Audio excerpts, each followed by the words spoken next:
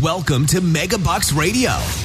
Conversations with successful entrepreneurs, sharing their tips and strategies for success. Real-world ideas that can put MegaBucks in your bank account. Here's your host, Nina Hershberger. Well, welcome to today's call. This is your host, Nina Hershberger. And on the show today, I have Nick Loise. I've been practicing that, Nick. Did I get that pronounced properly? You did it great. You sounded like you're from the old country. You did it perfectly. Well, I had to write it so it would sound like I would say it. Nick is an amazing person. We go back a long way, but he's a sales leader, a salesperson, a successful entrepreneur, President's Club winner. The list goes on and on. He's written books. He speaks, he does everything. But what he does is he has a mission focused on helping small to mid-sized businesses improve their marketing and even the most important, their sales processes, which include their systems and their playbooks. So Nick, welcome to today's show. Nina, thank you so much. Thank you for all that you do for small businesses, the small business community, which we have a really burning passion about and helping them. And they are the backbone of every community. They're the backbone of every industry. And anything that I could do to help them, as well as your mission, help carry your mission forward, would be great. So thank you for having me on. Well, my pleasure. Let's go back in time. Nick, how did you get into the sales arena? Give me a little more background on you. Well, it was a great time. Yeah, so I started out in the late 80s, early 90s in sales. Back then, I had graduated from college and was recruited into a management trainee program for a very large corporation, Fortune 10, 100 corporation, and kind of went through the management training program of all departments. And I said, that's fine, but I want to end up in sales, right? So that's my end result.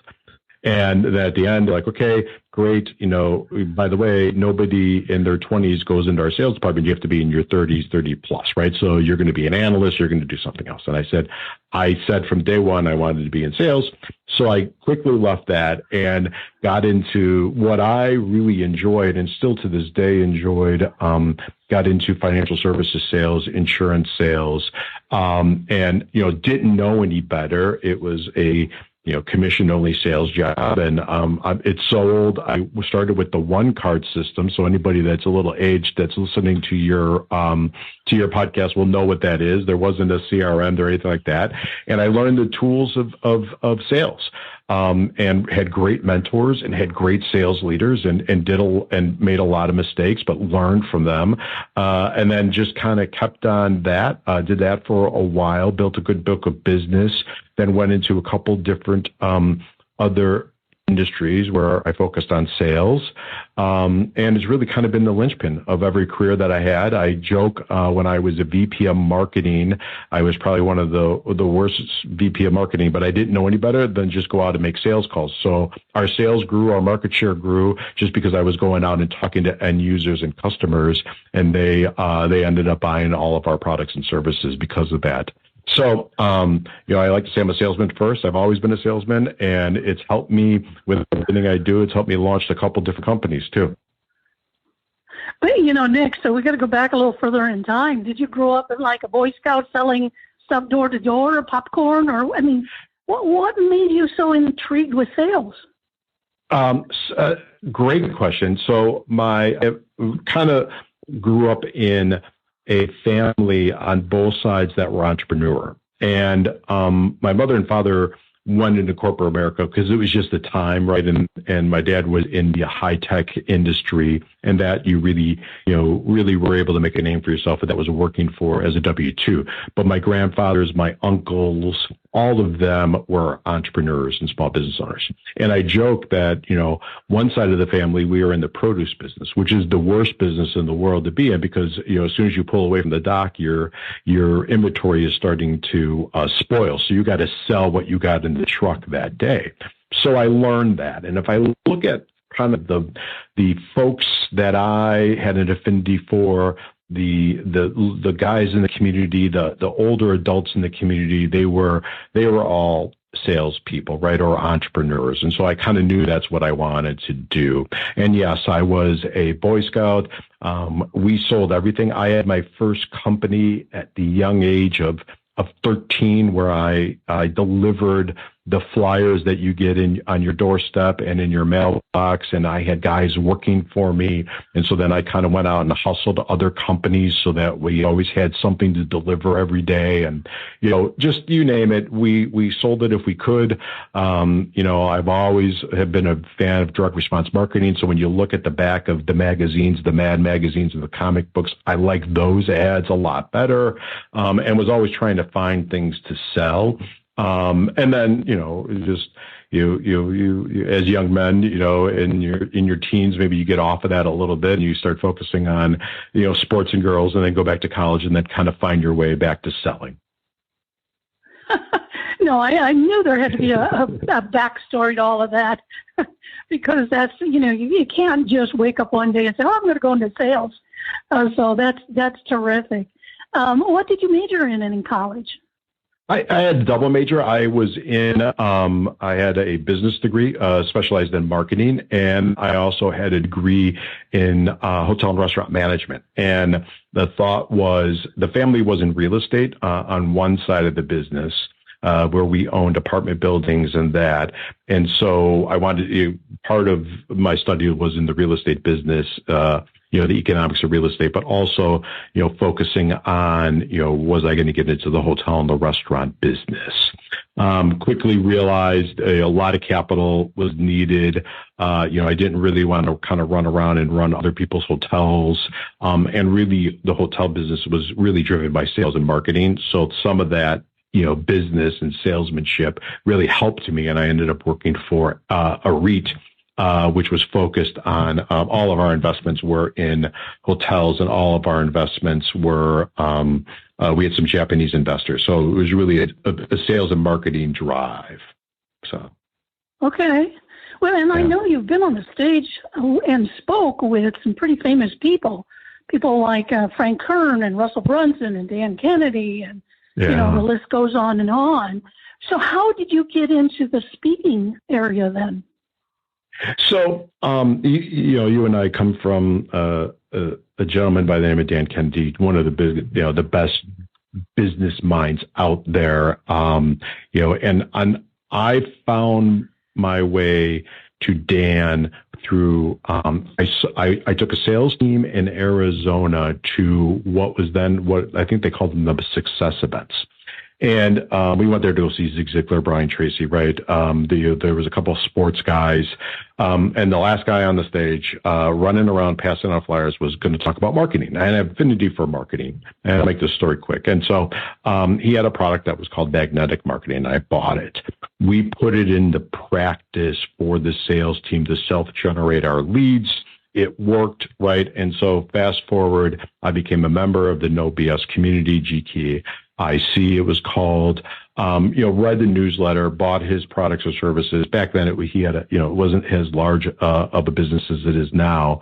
But it worked. And then I had an agency, right? So I had a direct response marketing agency from 2006 to 2012. And we were growing it, but, magnetic marketing, Dan's teaching was part of our core philosophies. And I got that magazine, that newsletter each and every month, as well as bought all the products and services. Well, there was a recruiter that was doing some work for then GKIC, which had just been bought by a private equity firm out of Evanston, Illinois. They had bought it from Bill Glazer, and they were looking for then a director of sales, VP of sales. And when I was reading the ad, I'm like, oh, that sounds like GKIC. And I always wanted to get into the info marketing business. We used information marketing to drive our agency. And the agency, I've been doing it for 6 years. I had investors and I had partners, and I was, kind of tired. So I had a conversation with the recruiter, had a conversation with the folks that were at the corporate office, and got hired on. And so that's kind of how I found my way to larger scale stages to work with the Frank Kerns, the Dan Kennedys, the Russell Brunsons, all those. But I always use speaking to kind of grow the business. When I was growing the agency, there was a very robust, and you may recall this, the GKIC IBAs, right? Independent Business Advisors. They were always very gracious to allow me to come to speak on their stages, right? So I spoke to the local communities. Everybody wants to learn about marketing. Everybody wants to learn about how to get better at sales or get their sales teams better. So I had topics that were very in vogue, and people were always very welcoming to invite me onto their stage or to speak to their small groups, which is fine by me too. As long as it was small businessmen and women, I didn't care. Yeah, well, I did not know that you were part of the Peter Lowe and that you found him in the Peter Lowe thing. Actually, yeah. I never went to the Peter Lowe event, but I found Dan, through Jay Abraham, actually. There was he had a multi-page ad. And, well, it was Jeff Paul and Dan had how I made $4,000 in my kitchen and my underwear ad, if you recall that ad. And I went to a Jay Abraham seminar, and I had pulled that ad out of the magazine, out of Success Magazine. And at one of the breaks, I said, "Who is this?" And they said, "Oh, that's Dan Kennedy and Jeff Paul." And that was my first introduction back in the mid-'90s to what Dan teaches and all of that. So, Nick, let's turn the corner. So, obviously, you've got a terrific background, and you have seen a lot of successes with small businesses. So now you're really helping a lot of them, not in an agency way, but also but primarily with their sales team, if I understand it right. Yeah, that's correct, Nina. So one of the things that we saw, especially the work that we did at Magnetic Marketing, probably the best name for it now, right? Because that's what it's known as, was most small businesses, I mean, they understand they need lead flow, right? They understand, in fact, the clients that we work with, they've got lead flow coming in, or they need to come up with alternative sources of lead flow if their leads are getting too expensive. And I'll go into a couple stories about how we work with them and really drive that. But where they struggled with was the conversion of the sale, whether they tried to do it all electronically or they tried to just do it with inbound folks. They struggled with salespeople, right? Because salespeople, and I am one, right? So I could kind of hold the mirror to myself as, you know, we're pains in the you know what every now and then to kind of manage and deal with.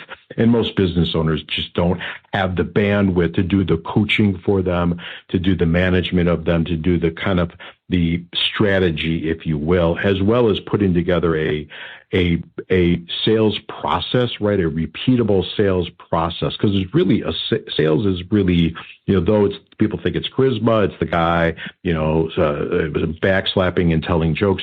It's the best salespeople have and adhere to a sales process on a daily basis, right? So every lead that they go through, they take them through that. And so what we do is we help businesses create that sales process. So now they have a phenomenal asset for their business. When they hire people, they have something to bring them on, to onboard them with.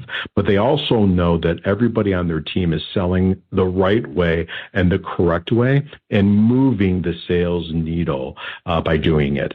And a lot of the work came through webinars and as well as you know, mini conferences and workshops that we used to run, bring people in, creating the playbook for them, creating the sales process, creating the scripts, creating the onboarding plan for their salespeople, writing the ads for them so that they could really get out there and hire the right salespeople, but also have a mechanism for managing the salespeople, coaching the salespeople, and using that to drive their success with the sales team. And it's been a passion of mine because I wasn't good at it, right? So I use the analogy, many times business owners, and I was one, are really great salespeople. That's, you know, they become the number ones. That's how they did it, right? Maybe they were the number one salesperson in an organization. They used that knowledge and flipped it over and created their own business. Maybe they were distributors. Maybe they saw a niche in the marketplace that their businesses didn't want to go after. So they went after that and brought their products and services to the marketplace. And they're phenomenal. They just intuitively know what to do. But what they all struggle with translating that into a process to teach salespeople. So salespeople sometimes are set up for failure because they get brought in. One is a lot of business owners have too much on their plates. Not that it's their fault. They're just focused on growing the business, adding enterprise value, building their equity, building their value and their net assets. And so the salespeople don't get that chance and don't get onboarded properly, but most importantly, don't have the intuitiveness that the owner does. I like to say to an owner, when you're sitting in front of a prospect, you intuitively know if they ask a question at 3 minutes in that you have to say something at 8 minutes in so you don't get an objection at 27 minutes in. And it's just innate to you. And so what we try to do is take that and create the flow chart, if you will, create the sales process, if you will. I like to say I translate ownership speak, right? Owner speak in the sales process so that the salesperson has scripts that work, objection handling matrices that work, openings that work, and really good discovery processes that work and good follow-up that work. So we create that playbook for them. And many times businesses... I want to jump in just 1 second. So is that playbook pretty much similar for each of the industries, or is it customized for each one? So, think of my wife and I went out and we had a phenomenal meal this weekend. It's a blizzard here in Chicago, but we still bared it, and our driver was safe and got us there and got us back, and it was a phenomenal meal. We had finished it up with a souffle, right? Now the souffle, the recipe for the souffle is the same recipe for the souffle, everything. So for most businesses, the core components of their sales playbook is the same, right? There's discovery questions, but they all are different depending on the niches that they're selling to, the product and services that they're bringing into the marketplace, the length of time for the sales process, right? How many people are part of the buying process. So the core recipe is the same, if you will. The building blocks of the playbook are the same, but everything is customized for that individual. And for that individualized businesses. So we really go deep on who their avatar is, who are their ideal customer profile, right? Every industry uses different names. We go deep on who they are, what their drivers are, what type of personalities they are. And we build playbooks for that. What's the right discovery model? What are the openings? What are the sales scripting look like? What are the follow-up emails? What are the email approaches? We do 3-step email approaches, right? We do 3-step LinkedIn approaches, right? The business that you and I know, so we build it all. The foundational of the playbook is going to have the same chapters, if you will, Nina, but everything is customized for the client. Interesting. So give me some examples of how you've done that in businesses. Well, we use a really fun one because I have a passion for the home improvement, home services. So we did some work for a junk removal company, and they were a heavy inbound shop, right? They knew to run SEO, Facebook ads, all that stuff, and just take the inbound call. But what we realized was the cost of a lead was going up and up and up and up, and we also then kind of dissected their business and went deep and realized that their business, not only from the consumer standpoint where that business came from, but let's say from a business to business standpoint came from 3 to 4 to 5 different sources. So we went out and hired phone salespeople to go out and source leads for that sources, right? So we looked at from where the referral source happened and went out and did presentations or made sales calls to real estate agents, brokerage houses, commercial lending officers, construction people. These people all had a need for that service, but never one thought to have a partner per se, or no one ever really went to go talk to them. So they just used anybody that they could find when they just went to the Google, right? In the old days, it'd be the white pages. And so we dissected their business, looked at who they should sell to, kept the consumer business where it was, right? It was still heavy on inbound leads, taught them some tricks of the trade on the conversion, right? So now we work with them on their scripting on the inbound leads. We listened to the calls together with their team on the inbound leads. We looked at the scripting. We adjusted the scripting. And then from the outbound, we created 5 different pockets or avatars, if you will, that we went after, created specific scripting as well as email follow-up, texting follow-up for those specific scriptings for this business. And then watch them really flourish in a highly competitive environment. So when you say outbound, you're talking about, so those are referral sources, and you're talking about how to get those referral sources to pay attention. I guess I'm not clear on what that meant.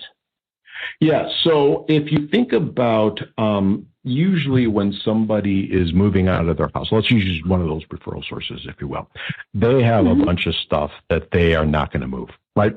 It's just, it's dated, it's old, it's been sitting in the basement or the garage or the shed forever. They just don't have a need for it, or they're downsizing, right? They're moving into a smaller house. They just don't have the space for it. And so the real estate agent could act as a trusted advisor by saying, don't worry, I have a source for you for that. In fact, we have a special program with XYZ company that will come here, take care of everything for you.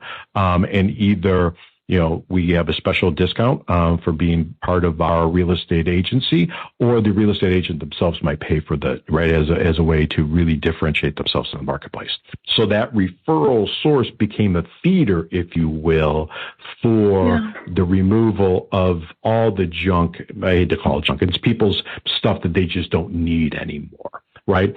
And that became the number one source. Another good source was there was a number of construction workers. Construction workers, maybe they didn't have a big enough job that they needed dumpsters, but they had a lot of debris that they needed to have moved, right? And so they had to find ways to get rid of it. They put it, they had to take it to the dumping place themselves. And so what we realized is, hey, let us take care of that. You have highly skilled workers, i.e. your craftsmen. You could barely find the craftsmen to begin with. The last thing you want is them focusing on removing all of this stuff from the construction site. It's not enough that you could afford to put a dumpster on the site, right? We're going to take it away from you. We're going to take it away and make it a turnkey for you, right? So those were 2 specific business lines, if you will. Both needed the same result, but both went about it in 2 completely different ways. And, they're just used to, no one ever approached them, right? No one ever approached them about a partnership. No one ever approached them about, hey, if you do X amount from us, we'll give you a stair discount. Let us be your, one point of contact, right? 1 telephone number, 1 text, 1 email. We'll take care of everything, and we'll make you look good in front of your clients, right, as the real estate agent, or we'll make sure that you never have to worry about what's going on in the property from a junk removal, from a debris removal, from the construction guys, right? And it just became phenomenal partnerships. Yeah, that's interesting. I think it's really, to me, that's more like understanding marketing as much even as sales. You saw an opportunity that they weren't even thinking about, which was go out and make those relationships, go out and get those referrals instead of just probably the inbound, like you said, was coming from SEO or, they had their website or whatever, and it was the hope method. They hoped that the phone would ring, and you took them and made it more of an assertive, an aggressive kind of thing. So that's really smart. 100%. We put an outbound approach to it. Second thing that we learned, and I talked quickly about it, is we took their inbound team and really put what we would call the sales coaching element into it. So we listened to their calls, right? And we worked on changing their scripts, adhering to the script, coaching on the script, and we got them to an increase of 20% on their conversion, right? So their inbound conversion from people saying, hey, I want to know about your services, taking them through a really quick, 3-question discovery process, building some bonding and rapporting, right? And then, sticking with the script and getting the conversion. And their phone people were very, very good. So I don't, and the most important thing though, they adhered to coaching, right? They adhered to the scripting. They adhered to not using 52 words, right, when 5 words would work, right? And so what we learned was just by focusing on that, listening to the calls, we could kind of build a best practice forum, just like you would in a sales team, of here are the rebuttals, right? Here are the objection handling. Here's really good questions to ask, right? Here's how to understand what's going on. And some of it goes back to how we first started. The owner just intuitively knew how to handle these phone calls. And so we broke down his scripts and his calls, and he took some calls and we recorded them. And that became kind of the model that we used and coached and trained the salespeople to really improve the closing ratios for the inbound calls, as well as setting up an outbound sales process. So. Yeah, no, that makes perfect sense. Yeah, I had a client one time, they were a cosmetic surgeon, and, you listen to their calls and you think, oh, no. And so scripting is critical. Did you have any pushback from the salespeople that you were training? Yes, always. And some of them became, until you went at it that, we're coming from love. We're not trying to single out anybody. We're not trying to make anybody's, we just want, it's costing, we give them the business case, Nina. So we said, listen, here's where we're at from an inbound lead cost, right? It is going up. And we showed them over the course of time what that looked like on a pie graph. Right? This is what's happening to the business. Also, there's some compression because there's a high level of competition in the marketplace. So we shared that with them. And we're like, this is why we have to get our conversion rates up, right? And then we just track the conversion rates, put those on a daily scorecard, right? Or weekly scorecard for everybody to see. We reported those out. And we just built the case study, the business case study for them, as well as then, kind of shared with them why. But yeah, people get defensive, right? I'm doing a great job, or I've been doing a great job. And once you explain to them that I'm not trying to signal anybody out. I'm just trying to make it better for everybody. And here's the facts in front of us, and here's why we have to get better. Then they softened up. Well, if there's commissions involved, their commissions will go up too, right? Yeah. Their economics. Now, they were inbound, right? So their commissions were a little bit lower, but they did have a commission structure, and there was a bonus pool structure for everybody. And then the outbounds had more of the traditional commission structure for that a sales team would be under. Okay, so if somebody is interested and, they're listening and they're thinking, this makes sense, what kind of process do you go through if you've got a new client who's reached out to you for the first time? So a lot of it is we try to figure out why did they get to us, right? So what's going on in the world, right? What is it they want to do? So the first thing, sometimes they give us a call because of the fact that they don't have a sales process, a sales playbook, a sales system in place, and they need salespeople because they are thinking about selling in 3 to 5 years. And if they don't have salespeople, their value of their company is going to be lower than if they had a sales process and a sales team. Others are just struggling, right? Because the economic pressures in their marketplace, they just aren't responding as fast and furious as they needed to. So they just need a different look. Some are brand new, right? And they want to get it set up from the beginning. So the first thing we do is, okay, what's going on with the business? Why do you need, what brought you to this call? What's going on? From there, we do kind of an audit like we've talked about. We take a look at a number of different key drivers of the business in different categories and go deep, right? And then from there, we then start building the playbook and testing the playbook. And then, nothing is perfect. Nothing's, you have the direct mail piece, right? You have a control piece, and then you test different pieces against the control. So once we get the control playbook, we also do start testing, right? Different scripting. Once we get it to a base level and we get the performance where we want it to be, we always are testing to making sure that we're doing the right things and that we're constantly winning every sale. Build the playbook out, put everything in place. we could stay on and help them manage it, right? So a lot of times companies hire us as a fractional sales leader for their business where we stay on and monitor it, or a fractional sales leader where we kind of just come in a consulting basis on a monthly meeting with the ownership or the executive team, or with with the sales leaders, right, kind of coaching them up, and then we're off to the races. So it could be fast and furious if they need that to be. It could be an elongated process and built on a partnership where we're in the business each and every day and helping them move it forward because they just can't afford a full-time sales leader, so they need a part-time or a fractional sales leader. Well, and every high-end athlete has a coach. So just because you're in there as a coach doesn't mean they're doing wrong things. You're just elevating what it is. How successful have you seen companies that you work with grow their business? Anywhere from 25 to 35%. Some have seen substantially higher, but they were just, in all fairness, train wrecks to begin with, and you probably don't have people that are listening to your show that are train wrecks, and they just kind of needed to really re-up everything, and so we were able to kind of take them from cash flow negative to cash flow positive and double-digit sales growth.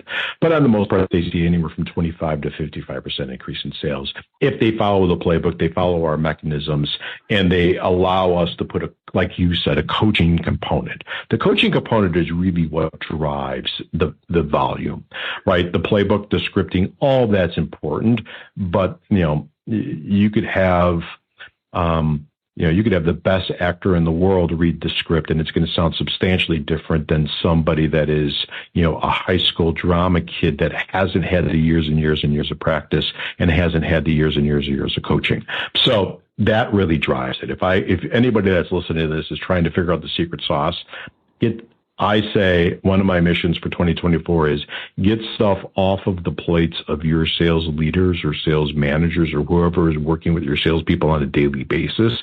Get things off their plate so they could spend time on coaching the sales team to the scripts and to the processes and to the systems in place, and you'll watch your sales soar. And if you don't have the time to do that, if they don't have the time to do that, give us a call. We'll kind of share with you how to set that in place, but that will drive your business.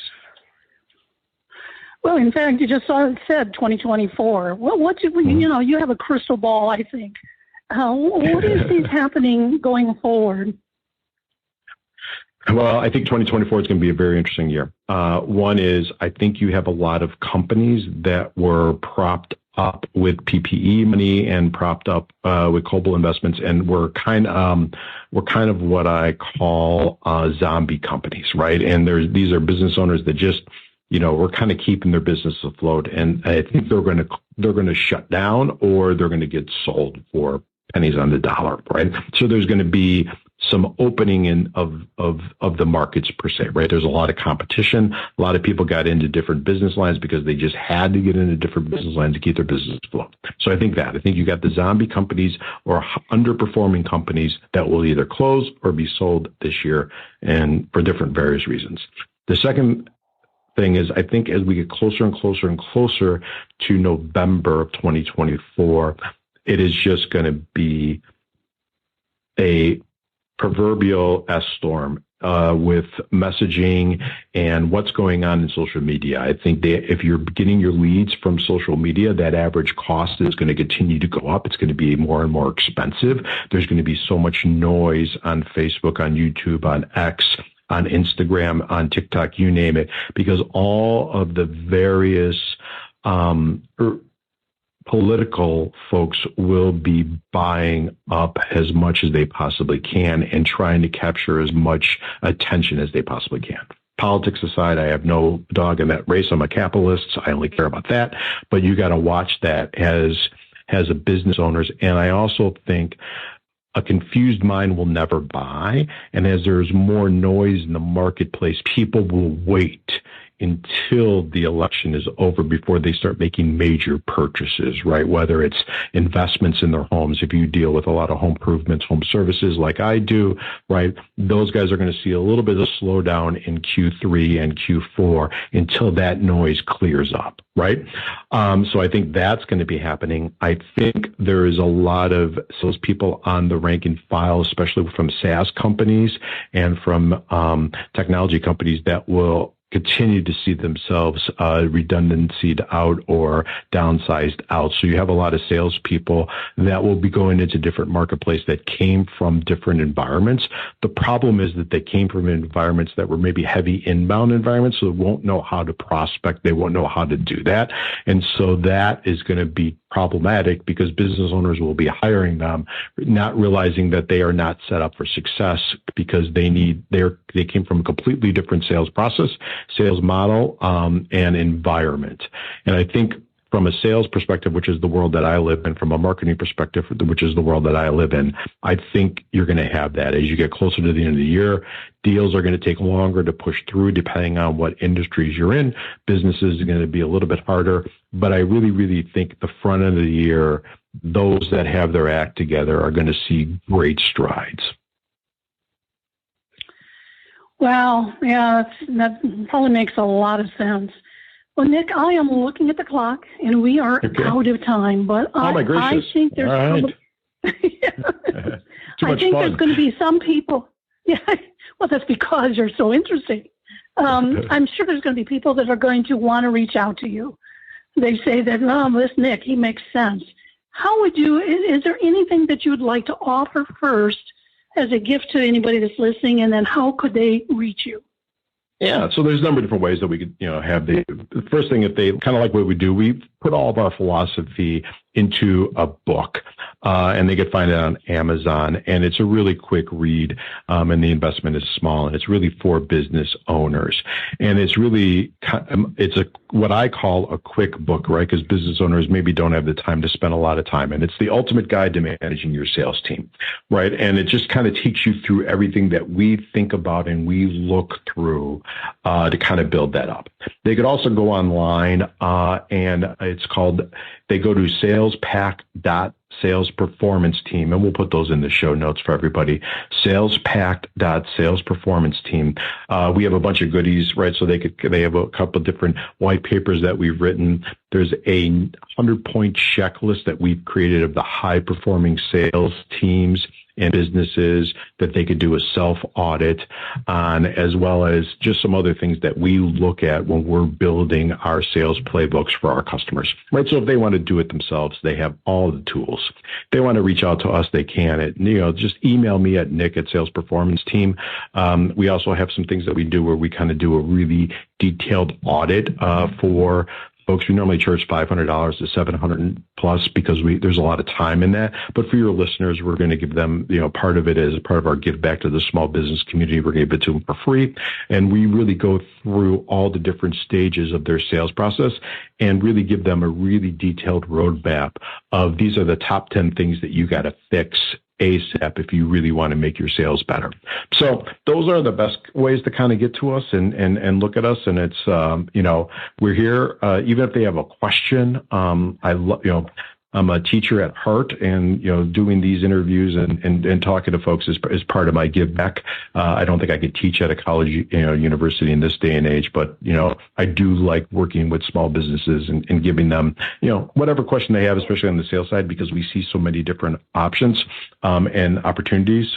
Give us a call. Interesting. In fact, the top 10, that could be another radio show. That sounds like that would be fascinating. So, Nick, thank you again so much for your time, for your knowledge, for your generosity with these specials that you're going to be giving to people. I truly appreciate it, and I truly appreciate you being on the show. Well, thank you, first off, for everything that you're doing. Thank you for your passion for small businesses. Thank you for being such a phenomenal source. The work that you do and this podcast and everything that you provide for the community is phenomenal. So, really thank you for everything that you're doing. Well, you're welcome, and it's, a mutual society of admiration here. Until next time, this is Nina Hershberger saying go out and make it a great day. Thank you for listening to MegaBucks Radio with Nina Hershberger. To learn more about the resources mentioned on today's show or to listen to past episodes, visit megabucksradio.com.